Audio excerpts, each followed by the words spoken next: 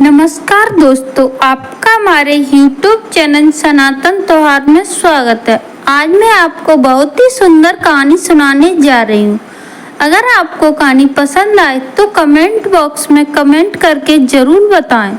साथ ही आप हमारे चैनल पर नए हैं तो सब्सक्राइब कीजिए और बेल आइकन पर क्लिक जरूर कीजिए, जिससे हमारी वीडियो के नोटिफिकेशन आपको मिलती रहे। अब सुनिए कहानी। एक राजा थे, उनकी 6 रानियां थी, फिर भी राजा के कोई संतान नहीं थी।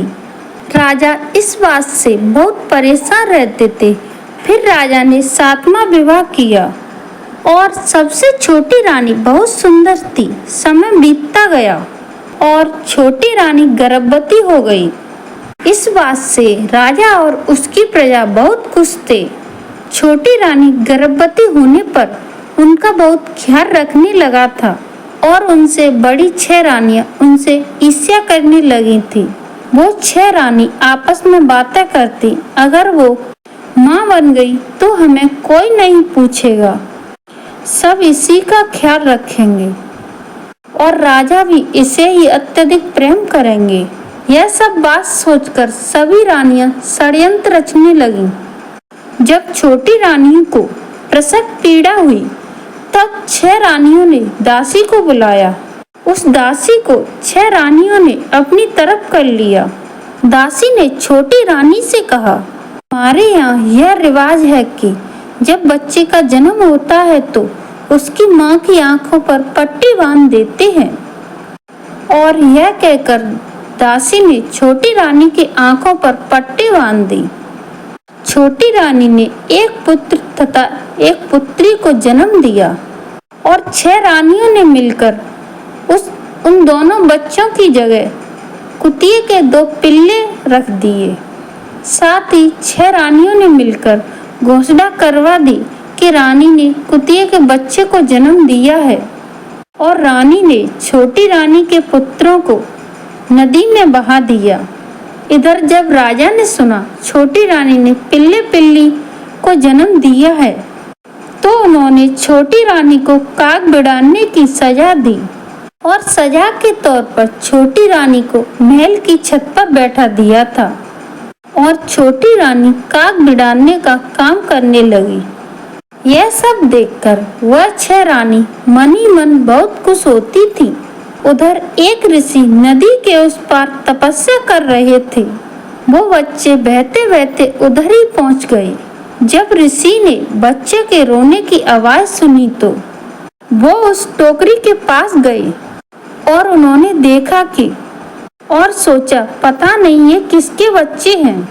फिर ऋषि ने उन बच्चों को उठा लिया और उन बच्चों को अपना मानकर उनका पालन पोषण करने लगे। धीरे धीरे समय बीतने लगा। जब वे लड़का लड़की दोनों बड़े हो गए तब एक बार वो ऋषि तपस्या करने वहां से जा रहे थे।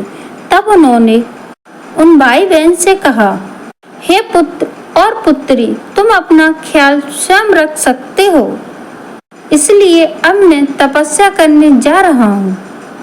फिर भी अगर तुम्हें कोई परेशानी हो तो इतना कह देना कि अगर हमारे गुरु सबके हों तो हमारा ये काम हो जाए, तो तुम्हारा ये काम हो जाएगा। यह कहकर ऋषि वहां से चले गए।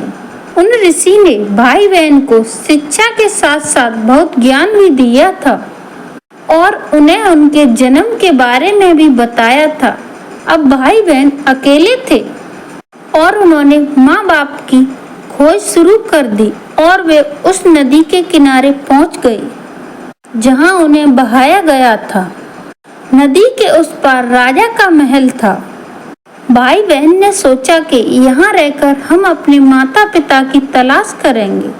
तो उन्होंने कहा कि हे गुरु, आप सच्चे हो तो यहाँ एक महल बन जाए। इतना कहते ही वहाँ एक सुंदर महल बन गया। अब वो भाई बहन महल में रहने लगे। अपने गुरु के शब्द से उन्हें पता चल गया कि यहाँ के राजा उनके माता पिता ही हैं। तब उन्होंने सोचा कि ऐसे तो कोई नहीं मानेगा। तो उन्होंने अपने गुरु को याद किया। तब तब गुरु ने बताया कि तुम पूरे राज्य को भोज पर बुलाओ और तुम और तुम्हारी बहन एक तरफ खड़े हो जाना। फिर कहना कि जिस औरत के दूध की धार हमारे मुंह पर पड़ेगी वही हमारी माता होगी। और भाई बहन ने ऐसा ही किया, गुरु की आज्ञा का पालन किया और उन्होंने उस राज्य के सभी औरत और आदमी को बुलाया। उन दोनों भाई बहन के यहाँ वो राजा और 6 रानियां भी आई थीं, लेकिन दोनों भाई बहन के किसी भी माँ की दूध की धार उनके मुंह में नहीं गई थी। फिर भाई बहन ने कहा कि क्या कोई रह गया है कि? तब किसी ने बताया कि हाँ, एक औरत रह गई है।